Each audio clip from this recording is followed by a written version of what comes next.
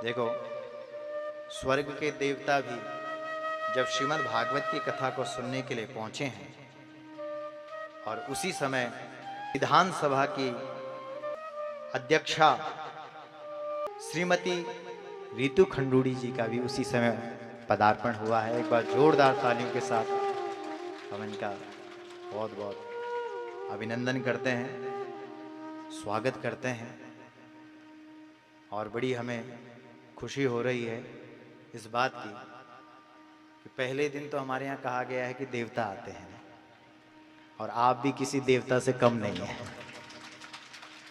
नहीं तो हमने देखा कि जो नेतृत्व करने वाले लोग होते हैं वो लगभग 8वें दिन या 7वें दिन पहुंचते हैं, आखिरी में कथा के अंतिम दिवस में जब खूब भीड़ भड़ाका हो। लेकिन मान गया आपके देवत्व को जिन्होंने पहले दिन ही मोहर लगा दी। स्वागत करते हैं।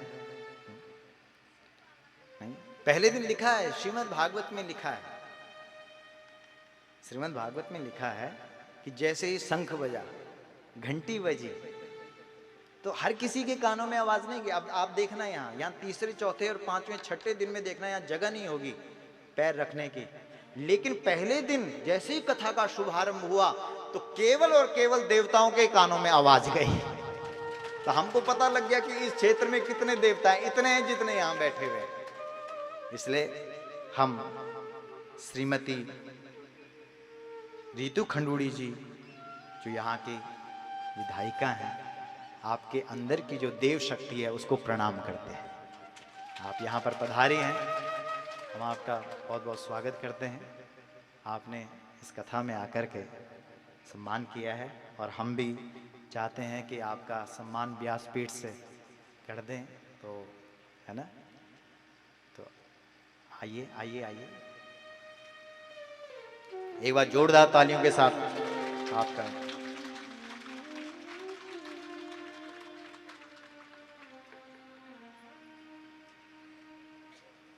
आप तालियां बजाते रहें।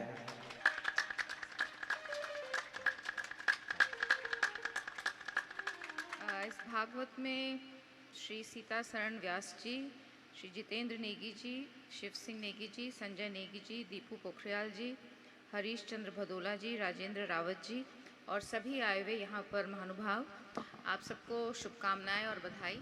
मैं बार बार इस बात को बोलती हूँ, आपका आवाज़ सुन रही थी महाराज जी, आप लोगों ने मुझे जल्दी बुलवा दिया लेकिन मैं सुनना चाह रही थी, आप इतना अच्छा बोल रहे थे। जब मैं पहुंची थी तो आपकी आवाज़ में बहुत मिठास है, तो बहुत आनंद आ रहा था। तो शायद बोलने के बाद कुछ देर बैठूंगी मैं।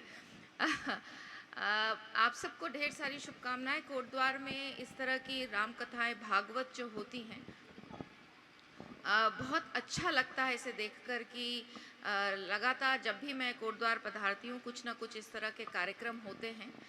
और जैसे इस बात को मैं दोहराती रहती हूँ, लेकिन शायद मेरा कर्तव्य बनता है एक माँ के तौर पर कि मैं इन चीज़ों को बोलती रहूँ। बहुत आवश्यक है कि हम ऐसी कथाओं में बैठें। बैठने से जो आनंद आता है, एक साथ बैठने से, कथा सुनने से जो आनंद आता है वो तो आता ही है। साथ ही साथ जब छोटे छोटे बच्चे भी यहाँ चाहे दौड़ते हुए हों चाहे खेलते हुए हों, कहीं ना कहीं उनके मस्तिष्क में कुछ संस्कार डलते हैं। क्योंकि जब वो कथाएं सुनते हैं, हमने अपनी दादी नानी से कथा सुनी, आजकल तो खैर गूगल है, इंटरनेट है, टीवी है, लेकिन जो हमारी पुराना प्रचलन था जहाँ कथाएं सुनते थे और उन कथाओं के माध्यम से हम लोगों को संस्कार मिलते थे, वो संस्कार आज हम राम कथाओं और भागवतों में देखते हैं कि वो संस्कार यहाँ से मिलते हैं। कोटद्वार की जनता का आभार भी व्यक्त करूँगी कि ज़्यादा से ज़्यादा तादाद में लोग आते हैं, तो कहीं ना कहीं हम इस संस्कार से, इन कथाओं से जुड़ना चाहते हैं और जुड़ने का एक प्रयास करते हैं। 7-8 दिन की ये कथाएं होती हैं, ये भागवत होते हैं। तो मुझे बहुत खुशी है कि आप लोग इसमें भाग ले रहे हैं और सुन रहे हैं, जान रहे हैं कि हमारे जो ग्रंथ हैं उनमें किस तरह का पिटारा है, जीवन को जीने की शैली है। हमारा जो धर्म, हिंदू धर्म है, वो केवल जीवन को जीने की शैली बताता है, कैसे कब उठना चाहिए, क्यों उठना चाहिए, कब खान पान करना चाहिए, किस मौसम में क्या खाना चाहिए, इस तरह की चीज़ें इन कहानियों से पता चलती हैं। परिवारों को एक साथ कैसे रखना चाहिए। आजकल परिवार टूट रहे हैं, हम केवल पति पत्नी और बच्चों के दौर में आ गए हैं। सास ससुर हैं, ताई ताऊ हैं, चाचा चाची हैं, ये कहीं ना कहीं संबंध समाज में ख़त्म होते हुए नज़र आ रहे हैं। बहुत ज़्यादा आवश्यक उत्तराखंड की के इस समाज को है कि हम इस तरह के कार्यक्रमों को करें और उनमें भागीदारी हम तो करें ही करें, लेकिन एक निर्णय लें कि हम अपने घर के छोटे बड़े सबको लेकर आएंगे और यहाँ पर सबको बैठाएंगे। खेलने दीजिए बच्चों को, कोई बात नहीं, लेकिन अगर खेलते हुए भी कहीं ना कहीं उनके दिमाग में यहाँ पे बोली गई जो बातें हैं वो कहीं ना कहीं उनके दिमाग में अवश्य घर करेंगी। इसलिए आज जैसे बच्चों के लिए स्पेशली मैं कहना चाहूँगी, हम लोग ड्रग्स की तरफ जा रहे हैं। शराब उत्तराखंड में एक प्रचलन हो गया है कि शराब हम लोग बहुत पीते हैं, ड्रग्स आने लगे हैं।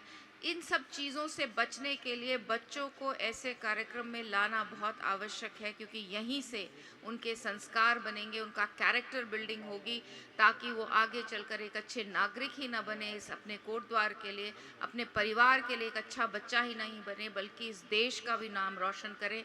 इसलिए बधाई देती हूँ और धन्यवाद करती हूँ कि आपने मुझे यहाँ पर बुलाया। आप सबको ढेर सारी शुभकामनाएं। धन्यवाद।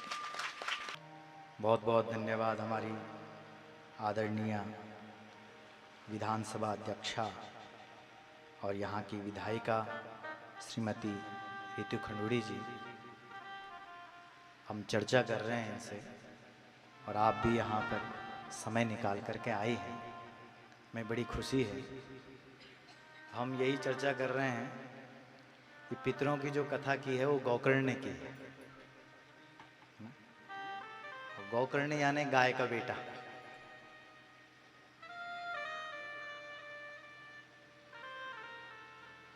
धुंधकारी का उद्धार अगर किसी ने किया है तो वो गौकर्ण ने किया है।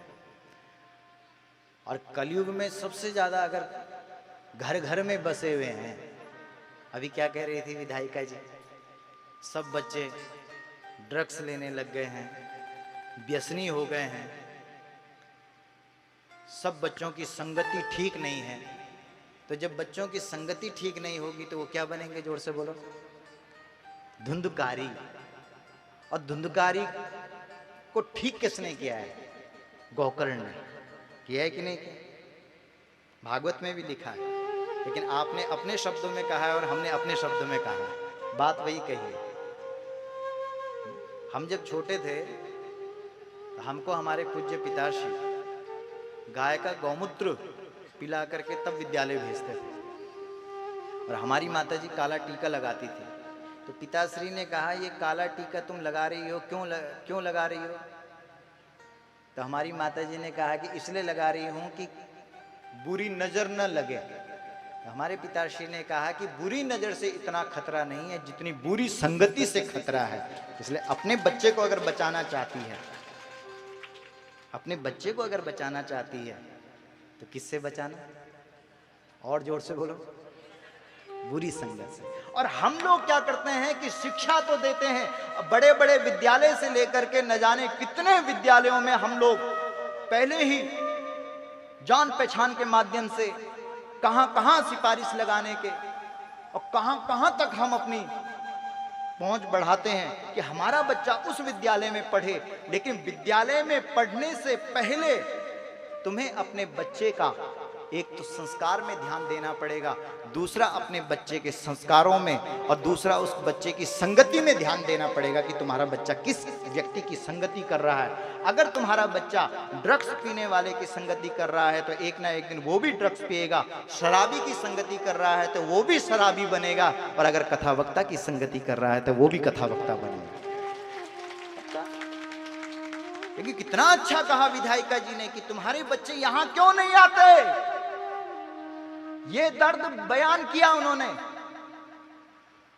यही तो बोला, मैं तुम्हारे बच्चों को यहां नहीं देख रही हूं, क्यों नहीं देख रही हूं? तुम लोगों को मैं यहां देख रही हूं और मैं चाहती हूं कि इस देश का जो भविष्य है वो आपके बच्चों के हाथ में है, इसलिए अपने बच्चों को कथा में लाओ। ये कहा ना, वाह, दिल जीत लिया। हमारे दिल की बात उन्होंने कही। इसलिए श्रीमद् भागवत की जो कथा है ये केवल मनोरंजन का साधन नहीं है। हमने केवल इस कथा को मनोरंजन तक ही सीमित रख दिया है, लेकिन आप पहले दिन आप आए हैं और आप लोगों से निवेदन है हमारा कि आप 5-7 दिन की तो बात है, आप अपने बच्चों को यहाँ 7 दिन के लिए लाओ। अगर तुम्हारा बेटा विवेकानंद और शंकराचार्य न बना दिया तो हमारा नाम भी फिर सीता शरण नहीं है।